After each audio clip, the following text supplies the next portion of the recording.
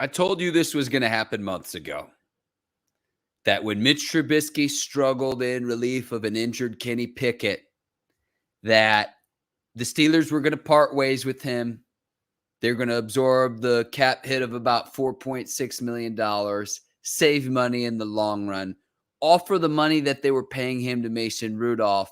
They can't get it done with Mason Rudolph. Well, then you've got the draft, you've got free agency, maybe Omar Khan and company and the Steelers front office can get creative with the trade because the Steelers have one quarterback under contract for the 2024 season, and that is Kenny Pickett. Welcome into Bleav in Steelers. My name is Mark Bergin, reacting to today's news. The Steelers releasing Mitch Trubisky, Chuks Okorafor, and Pressley Harvin III rolling solo tonight. And let's take care of the Bills before we get too far along into the discussion. Today's episode of Bleav in Steelers is brought to you by BetOnline.ag. It's the NFL offseason, but the Combine is going to be here. The draft will be here before you know it in April.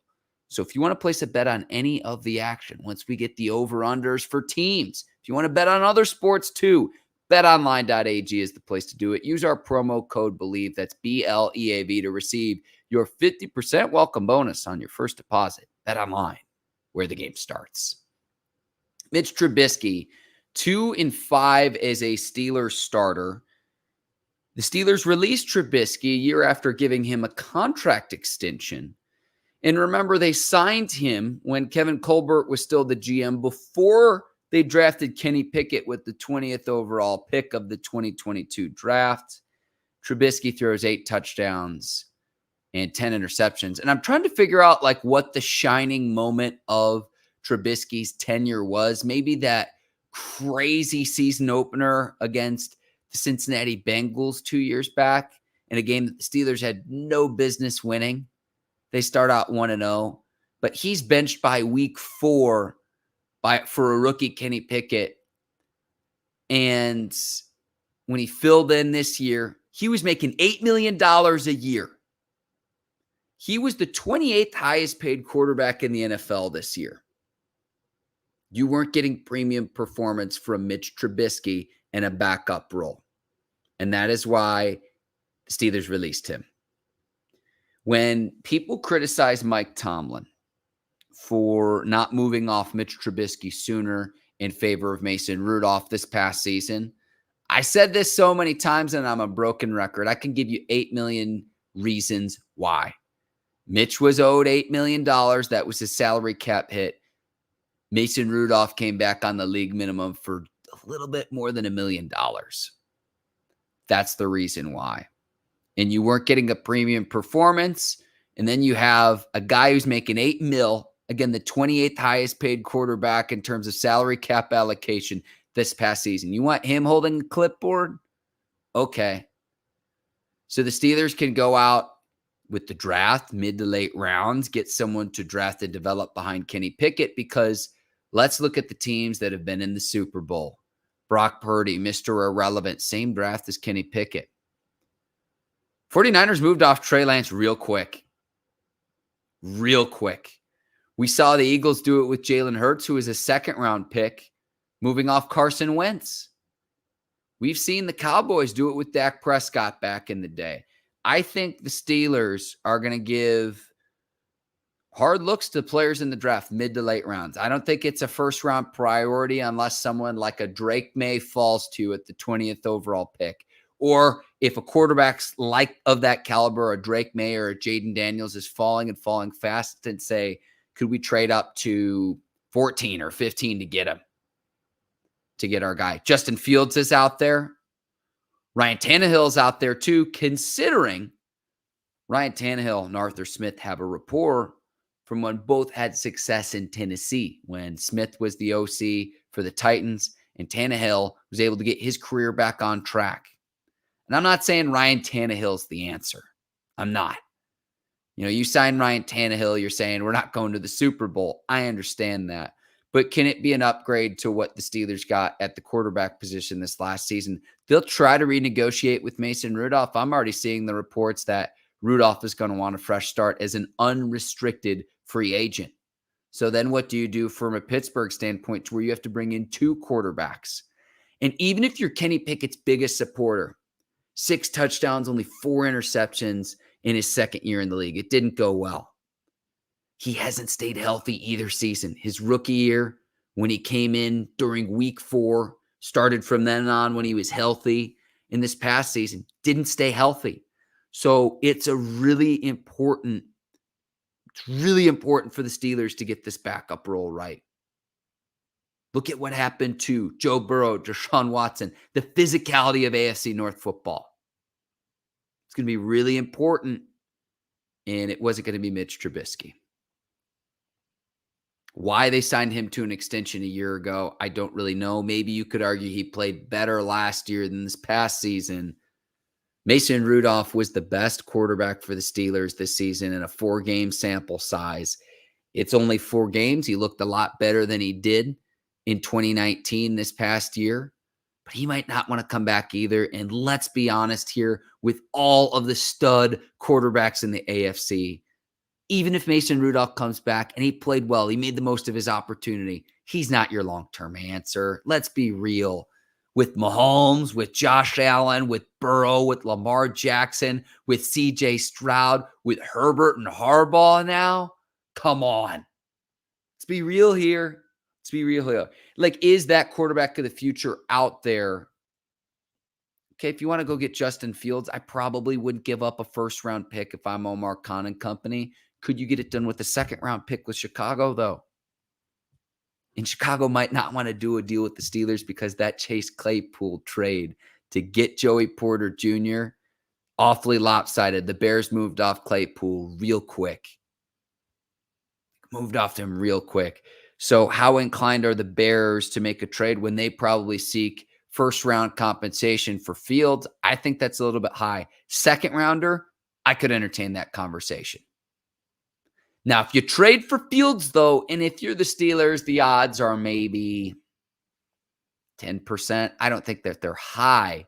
But if you trade for Fields, to me, what you're signaling then is if we're trading draft capital this season for a rookie who's going to contribute for the next 4 years on a rookie deal, you trade for Justin Fields, you're saying to Kenny Pickett, you're QB2. That's what that signals to me.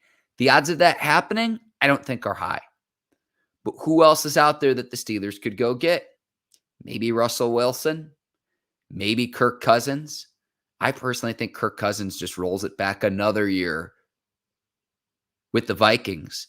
And go look at the money that Kirk Cousins has made. If the Steelers sign Kirk Cousins, is it an upgrade over what they've gotten the last few years? Probably sure. But it's the same thing that I said with Tannehill. You sign Kirk Cousins, you're not winning the Super Bowl. Is it an upgrade? Sure, yeah. But what's the overall objective?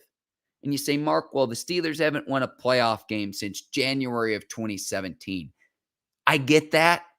I get that you're tired of wasting prime years of TJ Watt and Minkah Fitzpatrick and Cam Hayward in the final year of his deal, Deontay Johnson in the final year of his deal. But are you going to win the Super Bowl? And I don't know if that quarterback's out there for the Steelers to where you say, let's be aggressive and go get our guy, the guy that can actually lead us to success in January and February. I don't know if that QB's out there. I really don't. And Steelers fans might not want to hear that, but it's the truth. And ultimately, it comes down to price. Like Russell Wilson, it's like, okay, yeah, but at what price? What's he going to be valued at an open market? Especially with Russell Wilson, too, with all of the personality that he brings into a locker room. I don't really see that being a solution either. I think Justin Fields is an intriguing possibility, but you might have to give up too much to get him for one more year on his rookie deal, too. And again, if you bring in Justin Fields and give up draft compensation in a potential deal with Chicago, to me, what you're saying is, and the Steelers could say, well, open competition. You don't trade someone who then provides draft capital now to then have say, yep, we're going to trade for Justin Fields. Say in an open competition, Kenny Pickett wins it. That's not going to work that way either. It's not. It's not. So what I want to know is from people in the comments, who do you want to see the Steelers target at the quarterback position. It can be rookies in the draft. And look, they're not going to get Caleb Williams or Drake May or Jaden Daniels, but names that the Steelers could target either in the draft, free agency, or via trade. Let me know in the comments who you'd like to see, and I'll go through them. And a lot of people with Fields saying he's a turnover machine. Really, until this past season, Justin Fields didn't have really much around him. He can't throw the ball to himself either. And it's not to make excuses for him, but Chicago did not set him up for any kind of success really up until this point, really until they traded for DJ Moore. And durability is a concern for Justin Fields as well if you trade for him. If I'm going to have that criticism of Kenny Pickett, you got to have that criticism of Justin Fields as well. Reginald checking in saying Michael Pratt from Tulane. Mr. Sywood check again saying Cousins, no way. He will not be good post-Thanksgiving outdoor in the AFC North. This is a great point about Kirk Cousins. And he's been the beneficiary of playing in a dome in Minnesota. And how about the primetime games with Kirk Cousins too? Go check the record there as well.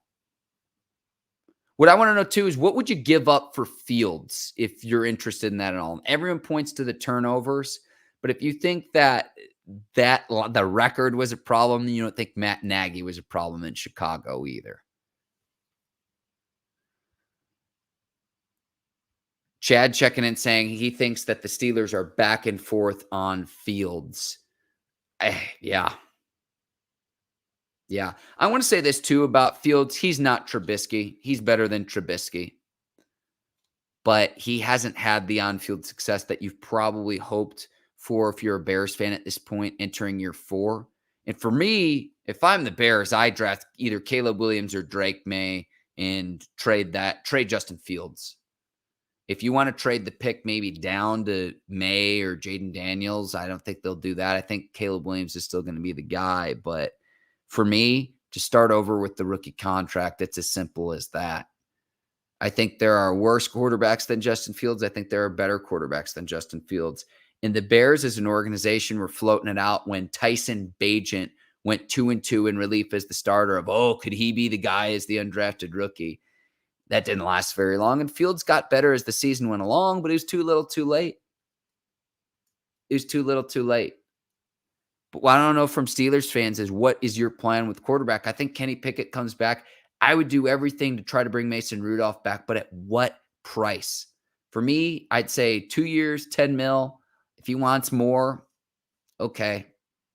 Thanks for these last 4 games and a fun end of the 2023 season. No doubt about that. And it's like we're at the point where Mason Rudolph might be the Steelers' best option at quarterback right now. Oh, man, what a mess. What a mess. And this is why Omar Khan makes the big bucks, because he's going to have to decide what Pittsburgh needs to do this offseason. Pickett's going to be back one way or another. What do you put around him to challenge him to bring out the best that you can? And ultimately, again, he hasn't stayed healthy. So if it's the backup and Pickett is QB1, what are you going to do? What are you going to do relative to the loaded talent that you have in the AFC at the quarterback position? Because you saw what Mahomes did and his magic and how they won the Super Bowl. It was unbelievable. Reginald saying Fields for next year's first rounder. I think the Bears are going to want something more immediate than that. But we'll see. I would not give up a first-round pick for Justin Fields. Second round, we can have that conversation. Mr. Sywood saying for Fields, a third-round pick and a fifth-round pick. I think Chicago is going to want a second-rounder at the least, maybe even a first-rounder. But if you're the Steelers, you have to ask yourself, who are we competing against to acquire Fields? Maybe Atlanta? Maybe Seattle. Las Vegas, I don't think will go after Fields because Luke Getsy is now the OC in Las Vegas. We just saw Luke Getsy get fired as the Bears offensive coordinator. A marriage with Fields in Las Vegas wouldn't make any sense to me, considering we saw how that played out this last season in Chicago. Philip checking in. Philip, thank you for this comment saying, honestly, see what you have with Pickett this season. If Mason comes back, cool, but for the right price. Yes. But who's the backup going to be? Do you want to go after Gardner Minshew? There's a lot of names that are out there. But with Trubisky gone now, are you then going to try to allocate the money that you were paying to Mitch to Mason Rudolph? How true are these reports that Mason Rudolph wants a change of scenery? Is that a negotiating tactic? We'll see. And I wouldn't blame him if he wants to leave Pittsburgh. Philip, thank you for checking in. I appreciate it. Max saying, sign Tannehill as the backup role with what you have. Get a quarterback in the 2025 draft when our line will be solidified. Tannehill at the right price as a backup and to push Kenny Pickett if Kenny Pickett doesn't get it done. I think you have a ceiling with Tannehill. But again, his familiarity working with Arthur Smith gives me some comfort in the style of football that the Steelers want to play. The two-headed monster, Najee Harris, Jaylen Warren, what Arthur Smith did to develop King Henry, what he did to develop A.J. Brown. There's parallels there with what the Steelers have in the personnel. Kenny Pickett, Najee Harris, Jaylen Warren, George Pickens. I see those parallels, and I've broken that down in previous podcasts before. Max, thank you for checking in. Thank you for checking in. Mr. Sywood saying 2 years, $7.5 million per year for Mason Rudolph. That seems steep. But you might say, hey, that was going to be money they'd be paying to Mitch anyway, so what's the difference? Oof, man, that'd be a lot. What other team's going to pay Mason Rudolph that amount of money? That's the question you have to ask yourself. And again, who are the Steelers competing against?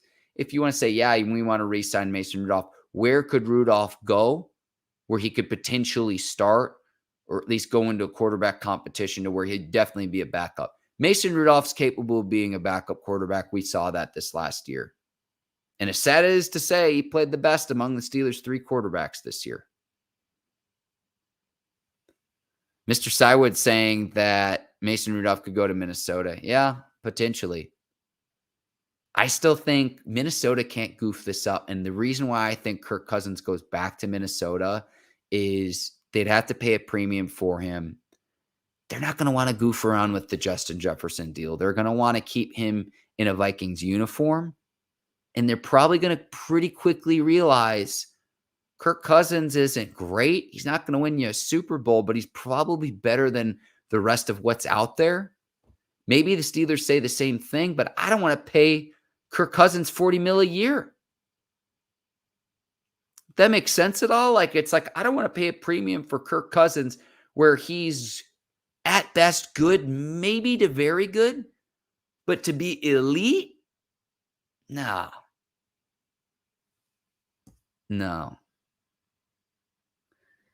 Mr. Sywood saying Rudolph is needed in Minnesota. Cousins is injured. Yeah, when can Cousins come back this upcoming season, working his way back from injury?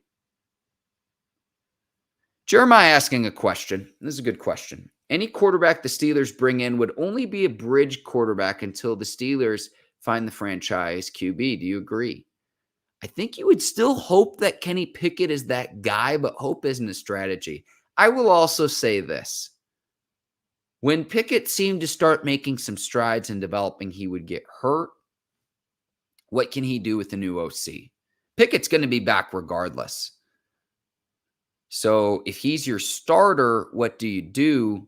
But again, even if you're Kenny Pickett's biggest supporter, didn't stay healthy, 6 touchdowns, 4 interceptions. That is not how we expected year 2 to go. And if you're saying, well, Mark, you're cherry picking your stats, there's the rushing touchdowns, this, that, and the other. There are quarterbacks that have thrown for 6 touchdowns in one game. Many. Mitch Trubisky has done that in the NFL when he was the quarterback of the Bears. And this is a great point about Kirk Cousins, about playing in domes. Playing in domes and playing in primetime games. And I know that quarterback records can often be overstated, but after a certain point, you just kind of are what you are. Let me get to the other Steelers releases. Chuks Okorafor was the Steelers' highest paid offensive lineman this last year. He got benched for disciplinary reasons. Broderick Jones took over and never looked back. So the Steelers save a lot of money. $13 million total for the release of Trubisky, Chuks Okorafor, Pressley Harvin. And I don't think it's any doubt that the Steelers running game took off in the second half of the year. A little bit less stiff competition, but part of that was the identity that the Steelers had with Broderick Jones and his ability to get to second levels of defenses and to move masses at the line of scrimmage. Steelers need more of that. Probably need to make an upgrade at the center position with Mason Cole. Dan Moore Jr. entering the final year of his contract. You could probably upgrade there too, but his contract is very team friendly. Something else for the Steelers to consider. And then Pressley Harvin III. It's a great stat from Alex Kozora of Steelers Depot. Gross average for Pressley Harvin III, 33rd among 35 qualifiers in his rookie year, 44.5 yards, which was 28th out of 34 in 2022, and a tick under, just shy of 44 yards this past season, 32nd out of 33. It's the consistency with Pressley Harvin III. Now, he didn't have a kick blocked. He did not have a punt blocked. And I thought he was a pretty good placeholder for Chris Boswell, the kicker. But Boswell had a bad year last year, a lot of that due to injury. That was the common denominator between the 2018 season and the 2022 season for Boswell. But there were times where it's like, okay, you got to flip the field. Field position's huge here. And Harvin would have like a 28-yard punt. That lack of consistency was huge. And that's the reason why the Steelers make these moves today. And I mean, the October game that the Steelers had against the Ravens, where I Bleav it was Braden Mann filling in, Harvin had, I think it was an injury. Steelers didn't really miss a beat with the backup. And it's like Pressley Harvin III, he has the ability, but it was the lack of consistency where it was like we drafted the guy who was the Ray Guy winner out of Georgia Tech, and we just never saw that swagger and that consistency in the punting game. And Alex from Steelers Depot, he's been on this podcast before, points it out with these stats right here in terms of how he compares with the rest of the punters in the league and what you need a punter to do to be able to flip the field, the importance of the special teams game. Look at whoever the Steelers end up getting at punter, if they improve on these punting results, and if it has any effect on the kicking game with Chris Boswell on the 2024 season. That's going to be huge. That's going to be huge. Shout out to Alex. Great stats there, too. Check out his work, Steelers Depot. And Mr. Sywood checking in saying, Harvin had a strong leg, but almost never showed it when we needed it. Yeah. If you're watching this retrospectively, let me know in the comments what you think that the Steelers should do at the quarterback position. Again, Kenny Pickett's going to be back. I think the draft is intriguing, mid to late rounds. And then do you want to try to bring back Mason Rudolph? I think that's probably most logical. But if he wants too much money, Justin Fields, Kirk Cousins, Russell Wilson, Gardner Minshew, who else is out there? Let me know. Because this is going to be a lot of fun trying to figure this out. And then depending on who the Steelers bring in, are you having an open competition, or is it, oh, hey, this is going to be Kenny Pickett's job? Throw Ryan Tannehill's name in that mix too, given his relationship with Arthur Smith, the Steelers' new offensive coordinator. What's Pittsburgh going to do? And I'd imagine that in releasing Mitch Trubisky today, they have an idea already. They have an idea already as we get closer and closer to the NFL Combine later this month. Super Bowl just wraps up yesterday, and this season never stops. And the draft in April is going to be here before you know it. It's going to be here before you know it. I'm going to go ahead and sign off here, about 20 or so minutes in. My name's Mark Bergin. I'll be back on Bleav in Steelers with Ike Taylor later on this week. Thank you so much to all of you that tuned in to listen. Appreciate all the comments as well. If you're listening on Apple or Spotify, 5 stars and 5 stars only. You're watching this on YouTube, please do me a favor, tap that subscribe button. Let me know how you like the podcast too. Again, my name is Mark Bergin. This has been another edition of Bleav in Steelers. Enjoy the rest of your evenings. Enjoy the rest of your week. I'll see you later this week. Take care. So long, everybody.